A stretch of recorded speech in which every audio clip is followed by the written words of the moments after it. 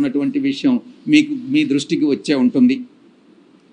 దాడులని అడ్డుకునేటటువంటి వ్యవస్థలే కల్పించట్లేదు. న్యాయ వ్యవస్థను అప్రోచ్ అయ్యాం, పోలీస్ వ్యవస్థను అప్రోచ్ అయ్యాం, రెవెన్యూను అప్రోచ్ అయ్యాం. పోలీసు వ్యవస్థ నీరు గారిపోయింది, నిస్తేజంగా మారిపోయింది. వ్యవస్థ పని చేయకుండా మానేసింది.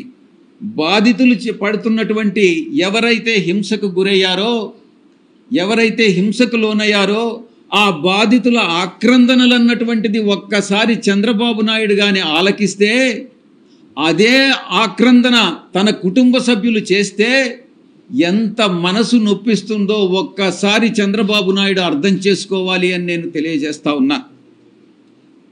మన కుటుంబ సభ్యులు అదే రకమైనటువంటి బాధ అనుభవిస్తే మనం ఎలా ఫీల్ అవుతామో అదే ఇతరులు అనుభవించినప్పుడు కూడా ఒక నాయకుడిగా, ఒక రాష్ట్ర ముఖ్యమంత్రిగా మీరు కూడా అదే ఆవేదనతో ఆ యొక్క బాధలు తీర్చాల్సినటువంటి బాధ్యత ముఖ్యమంత్రిగా ఆయన మీద ఉంది అన్నటువంటి విషయంలో ఎటువంటి సందేహం లేదు.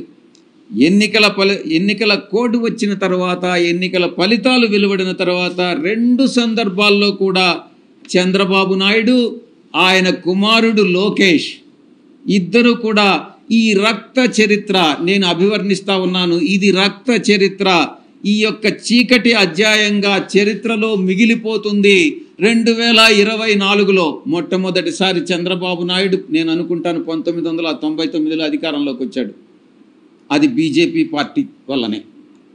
ఆ తర్వాత 2014లో అధికారంలోకి వచ్చాడు, అది బీజేపీ సహకారం వల్లనే. ఇప్పుడు 2024లో మళ్ళీ అధికారంలోకి వచ్చాడు, అది కూడా బీజేపీ సహకారం వల్లనే.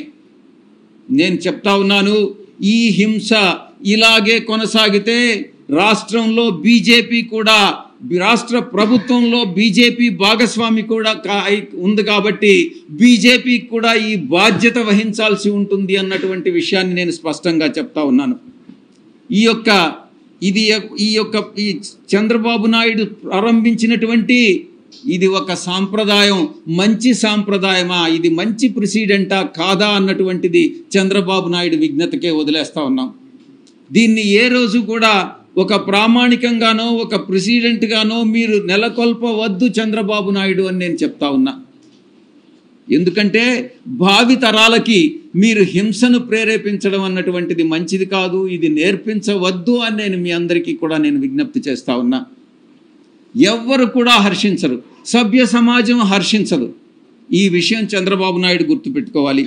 అధికారం అంటే బాధ్యత కాదు, రౌడీజం అని, గుండాయిజం అని వాళ్ళు తెలుగుదేశం వాళ్ళు ఈరోజు చెప్పకనే చెప్తా ఉన్నారు. ఇదే మా పద్ధతి, ఇదే మా తరహా, ఇదే మా ప్రిన్సిపల్ అన్నటువంటి విషయాన్ని తెలుగుదేశం పార్టీ చాలా స్పష్టంగా చెప్తా ఉంది. నోరు ఎత్తేటటువంటి బడుగు బలహీన వర్గాలు, నిరుపేదలు, వాళ్ళందరూ మధ్యతరగతి వర్గాల పైన తెలుగుదేశం పార్టీ చూపిస్తున్నటువంటి దందాలు కానీ, ఆ యొక్క జులాయితనం కానీ ప్రదర్శించడం చూస్తే సభ్య సమాజం తల వంచుకునేటటువంటి పరిస్థితి ఈరోజు ఆంధ్ర రాష్ట్రంలో.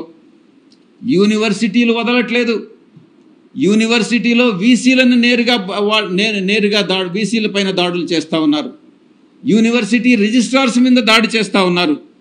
ఇక వీసీల్లో ఎవరైతే బీసీలు ఉన్నారో వాళ్ళని తరిమి కొడతా ఉన్నారు.